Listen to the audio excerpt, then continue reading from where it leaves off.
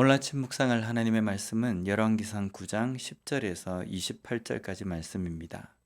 오늘 본문은 솔로몬이 성전과 왕궁을 건축한 후에 한 일에 대해서 말씀하고 있습니다. 먼저 오늘 본문 10절 말씀을 보면요. 솔로몬이 두 집 곧 여호와의 성전과 왕궁을 20년 만에 건축하기를 마치고, 성전과 왕궁을 건축한 기간이 20년이라고 말씀하고 있습니다. 좀 더 자세하게 이야기하면 성전을 건축하는데 7년, 왕궁을 건축하는데 13년의 시간이 걸렸습니다. 이 기간은 결코 짧은 시간은 아닙니다. 이 시간을 우리가 보면서 우리가 이렇게 생각할 수 있습니다. 왕궁과 그리고 성전을 건축하는데 20년이 걸렸다. 야, 이 왕궁과 이 성전이 아주 웅장하고 크게 만들어졌구나라고 생각할 수 있습니다. 하지만 건축을 위해서 이런 긴 시간을 보냈다는 것은요, 결코 경제적인 정치는 아닙니다. 건축을 마친 후에 두로왕 히람에게 갈릴리 땅에 있는 성읍 20곳을 대가로 지불을 합니다. 여기에서 한 가지 문제가 있습니다. 지금 이스라엘 백성들이 차지하고 있는 이 가나안은요, 그들이 정복한 땅이 아닙니다. 물론 그들이 이스라엘 백성들이 전쟁을 해서 정복을 했다고 말하지만요, 엄격히 말하면 이 가나안 땅은 하나님께서 이스라엘 백성들에게 허락하신 땅, 하나님의 땅이라는 겁니다. 그리고 그 땅에는 다른 거민을 들여서도 안 되며, 그리고 그 이스라엘 백성들이 가나안 땅에 들어갔을 때는 그 가나안 거민을 모두 몰아낼 것을 하나님께서 명령하셨습니다. 그런 땅을 솔로몬은 두로 왕 히람에게 떼어서 나누어 줍니다. 마치 자신의 땅인 것처럼 이방 나라 왕에게 주는 것입니다. 이것은 하나님 보시기에 결코 바른 모습은 아닙니다. 또한 솔로몬은 성전과 왕궁을 건축하는 데에 이스라엘 백성들을 일꾼으로 쓰지 않고 가나안에서 쫓아내지 않고 거주하던 거민들을 일꾼과 노예로 사용합니다. 하나님께서 이스라엘 백성들이 가나안에 입성하게 되었을 때에 기존 가나안 거민들을 몰아낼 것을 분명히 명령하셨습니다. 하지만 그들은 모두 쫓아내지 않았습니다. 때로는 이스라엘 백성들 자신들보다 더 강해서 싸우지 않았고, 또 어떤 거민들은 그냥 두고 노예로 삼으면 좋을 것 같다라는 생각에서 쫓아내지 않았습니다. 이들을 쫓아내야 하는 이유 중에 가장 큰 것은 이 땅이 하나님의 땅이며 하나님의 땅에 이방 거민들이 함께하므로 그 이방 거민들이 섬기는 우상의 영향을 받을 것이기 때문에 하나님께서 이들을 다 쫓아내라고 명령하신 겁니다. 20년의 건축 기간 동안 이스라엘 백성들은 분명히 이방 문화의 영향을 받을 수밖에 없을 것입니다. 또한 이 기간 동안 솔로몬은 이방의 여인들을 자신의 아내로 삼습니다. 그리고 솔로몬은 이 이방 아내를 위해서 왕궁을 건축합니다.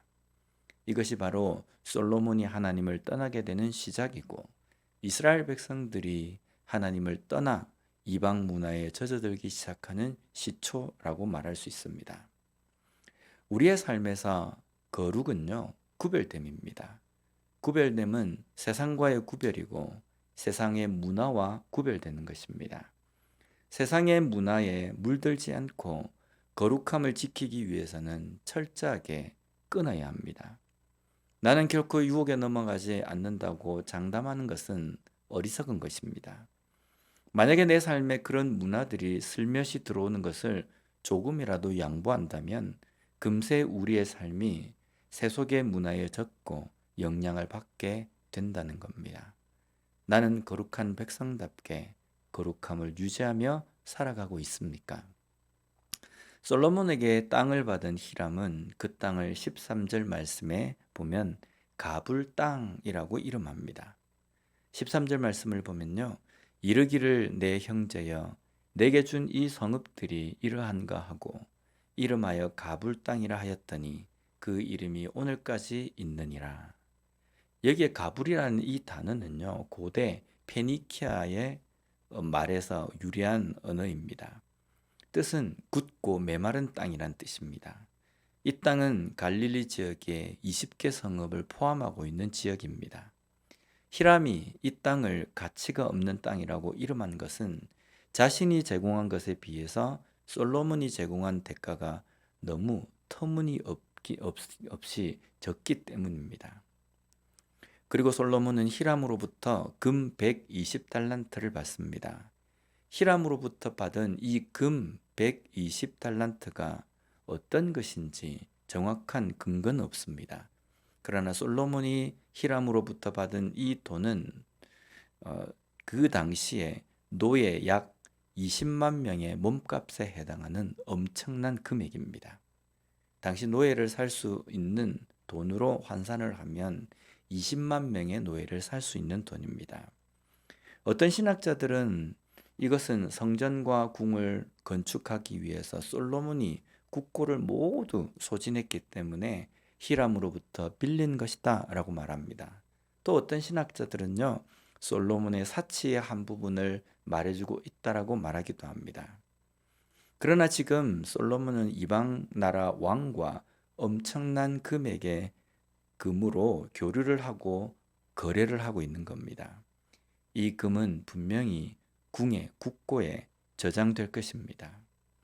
신명기 17장에는 하나님께서 이스라엘 백성들이 가나안 땅에 들어가서 왕을 세우게 될 때에 그 왕이 하지 말아야 할 것에 대해서 기록하고 있는데, 그 중에 17장 17절에 보면요, 그에게 아내를 많이 두어 그의 마음이 미혹되게 하지 말 것이며 자기를 위하여 은금을 많이 쌓지 말 것이니라 라고 말씀합니다. 그러나 솔로몬은 지금 이 행동을 통해서 아내와 은금을 자신을 위해서 많이 썼습니다. 이것이 솔로몬이 타락하기 시작하는 것을 의미하고 있습니다. 오늘 우리의 삶에서도 마찬가지입니다. 내가 누리는 물질을 더 많이, 더 크게 누리고자 하는 욕심은 하나님의 말씀으로부터 멀어지게 할 수 있다는 겁니다. 그런 것에 현혹되지 않고 오직 하나님만을 붙들며 살아가는 삶이 되어야 합니다. 적게 가지는 것이 하나님의 뜻이라는 의미가 아닙니다. 많이 가지는 것은 하나님의 말씀에 위배되는 것이다라는 뜻이 아닙니다. 나에게 허락하신 모든 것이 하나님께서 허락하신 것임을 바로 알고 살아가야 된다는 겁니다. 그래서 그 물질을 더 많이, 더 크게, 더 부유하게 가지고자 하는 것이 목적이 되어서는 안 된다는 겁니다. 나에게 얼마의 물질이 있건, 나에게 얼마나 많은 것이 있건 그것에 연연하지 않고 오직 거룩한 백성으로, 구별된 백성으로서 하나님의 말씀을 바라보며 하나님과 동행하는 삶을 살아가는 삶이 될 때에 분명 그 물질 또한 선한 것이 된다는 겁니다. 오늘 이 시대를 살아가는 우리들이 물질로부터 현혹되지 않고 오직 구별된 삶으로서, 거룩한 백성으로서 하나님을 붙들며 하나님만 바라보며 살아가는 그런 삶을 사는 우리 모두가 되었으면 좋겠습니다. 기도하겠습니다. 하나님 감사합니다. 오늘 말씀을 통해서 다시 한번 우리의 물질 또한 우리의 삶에 있는 우리가 누리는 것들을 어떻게 바라봐야 하는지를 깨닫게 해주시니 감사합니다. 그것이 인생의 목적이 되지 않도록 도와주시고 그 모든 것들 하나님께서 주셨고 하나님께서 누리게 하신 것임을 온전히 깨닫고 하나님만을 붙들며 하나님만을 바라보며 살아갈 수 있는 우리가 되게 하여 주시옵소서. 예수님 이름으로 기도드립니다. 아멘.